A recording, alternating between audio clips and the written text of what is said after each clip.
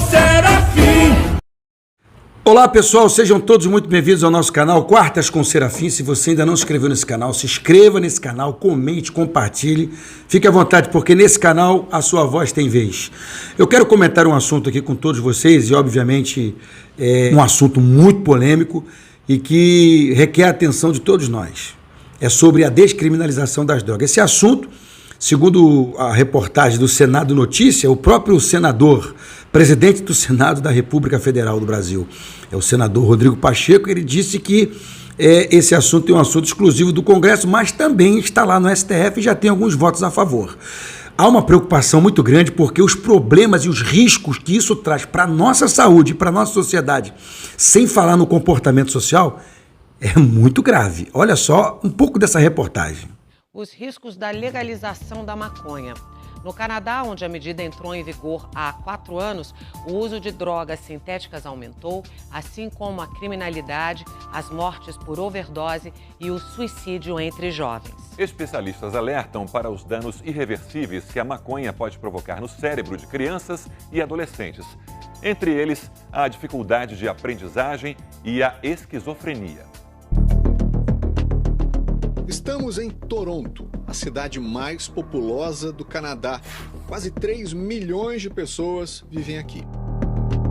Uma metrópole moderna, mas que sofreu uma transformação radical nos últimos 4 anos.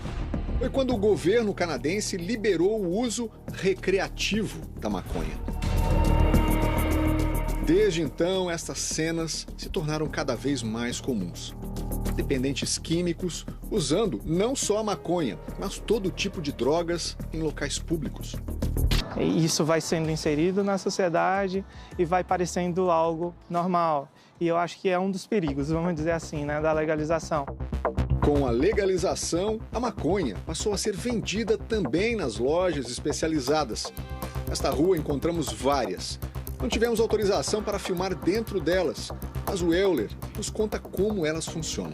Um ponto que me chama muita atenção é a diversidade que tem em cima da cannabis, né? Por exemplo, chocolate, pirulito, doces.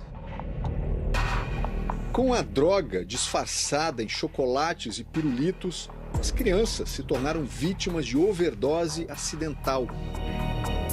Acabamos de ver uma reportagem de um país que é riquíssimo, Canadá é riquíssimo, sem falar que politicamente é um país que tem demonstrado uma força política muito maior e mais organizada do que o Brasil, que ainda está caminhando a passos muito devagar. Imagina isso aqui no Brasil.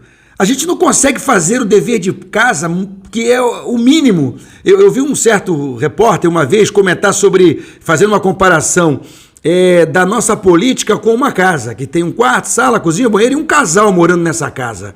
Aí o esposo ou a esposa chega e sabe que tem um esgoto aberto na cozinha, gravíssimo, mas aí eles percebem também que precisa comprar um tapete pequenininho para entrar dentro de casa na sala.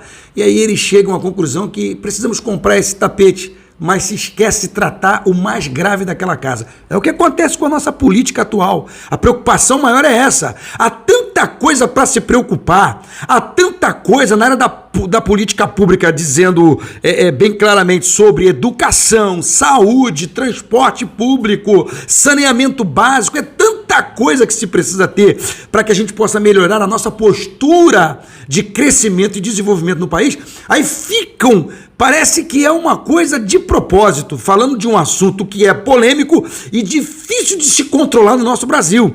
A desgraça que é uma legalização das drogas no Brasil é destruir as nossas crianças, adolescentes, porque isso vai causar vício. E para sustentar vício, a gente já sabe como é que é. A pessoa às vezes não tem dinheiro, matam por conta do vício, assaltam, vendem as coisas e vai ser grave, e muito grave. Imagina, vamos supor aqui, hipoteticamente libera uma quantidade X para um indivíduo consumir. E ele vai comprar isso de quem? De quem tem toneladas, vai aumentar o tráfico. A segurança cada vez mais vai piorar. Então eu sou contra essa descriminalização das drogas. Eu acredito que você também. Nós não podemos deixar que o nosso país continue convivendo com essa desgraça.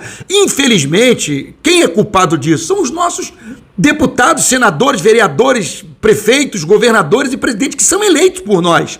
Infelizmente, a verdade é essa. Na época da eleição, nós vamos ser leões, vamos bradar quando chegar lá. E quando chega, fica pousando de gatinho, miando e não fazem nada. Com a mão no bolso, desfilando para cima e para baixo. Não é para isso que a gente elegeu os senhores. Então precisamos de uma atitude. A gente percebe até que tem um montão deles que estão sumidos por aí.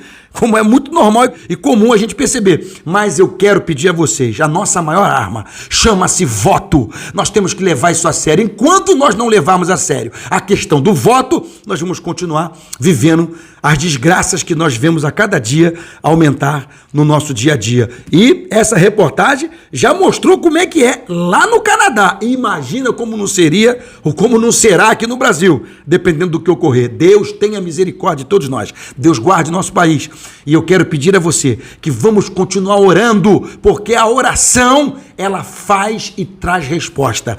Deus nos guarde, Deus nos proteja de todo esse mal. Se você ainda não se inscreveu nesse canal, se inscreva, porque quero estar sempre junto com vocês. Deus te abençoe, Deus te guarde e até uma próxima oportunidade.